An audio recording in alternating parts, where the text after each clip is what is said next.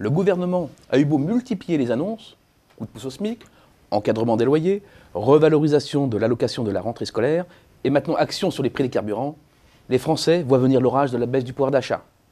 Et ils ont raison. Le chômage d'abord. De l'aveu même du ministre du Travail, le seuil symbolique des 3 millions de chômeurs a été franchi en août. Et inutile de s'interroger sur le taux de 10% des chômeurs.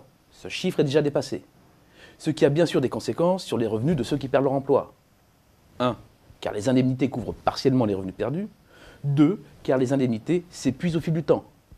Mais les conséquences sont aussi indirectes. Les craintes sur l'emploi pèsent sur l'évolution des salaires. Alors, à la question fondamentale, le chômage va-t-il encore beaucoup augmenter? La réponse est oui. À court terme, on voit mal comment la courbe pourrait s'inverser. Pour cela, il faudrait de la croissance. Et de la croissance, nous n'en avons plus. La barre des 11% de chômeurs serait franchie à la mi-2013 selon notre scénario. 11%, c'est un niveau inégalé depuis la fin 1997. La baisse des revenus va donc se poursuivre. C'est inévitable. Et elle sera d'autant plus gênante que la barque fiscale va s'alourdir.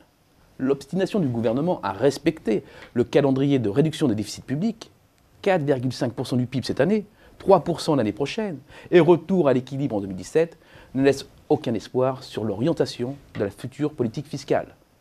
L'heure est à de nouvelles ponctions. Après la suppression des exonérations fiscales sur les heures supplémentaires le 1er septembre, de nouvelles mesures seront annoncées à la fin du mois. Et il ne faut pas se faire d'illusions. Ni la réforme de l'ISF, ni la taxation à 75% des revenus supérieurs à 1 million d'euros ne suffiront à résoudre l'équation budgétaire.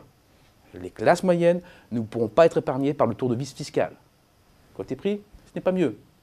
Depuis maintenant plus d'1 an, l'inflation est supérieure ou campe près de 2%. Et vu la dynamique des prix dans l'énergie et les produits agricoles, un retour durable sous ces 2% n'est pas d'actualité. Que l'on prenne le problème par le numérateur, c'est-à-dire les ressources, ou par le dénominateur, c'est-à-dire les prix, le constat est toujours le même.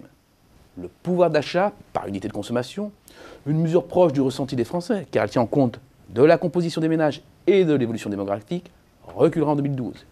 Il reculera de 1,2% selon notre prévision. Avec un tel scénario, les Français ne pourront pas consommer plus. Certains même devront consommer moins ou autrement. Pour les industriels ou les distributeurs de produits de grande consommation, c'est donc le branle-bas de combat pour adapter sa gamme de produits avec une offre à prix plus bas, réduire ses coûts ou se préparer à la guerre des parts de marché. Tout cela n'est pas bon pour les marges et donc pas bon pour l'emploi. Ces 20 dernières années, les gouvernements successifs, de droite comme de gauche, ont conforté un modèle de croissance soutenu par la consommation.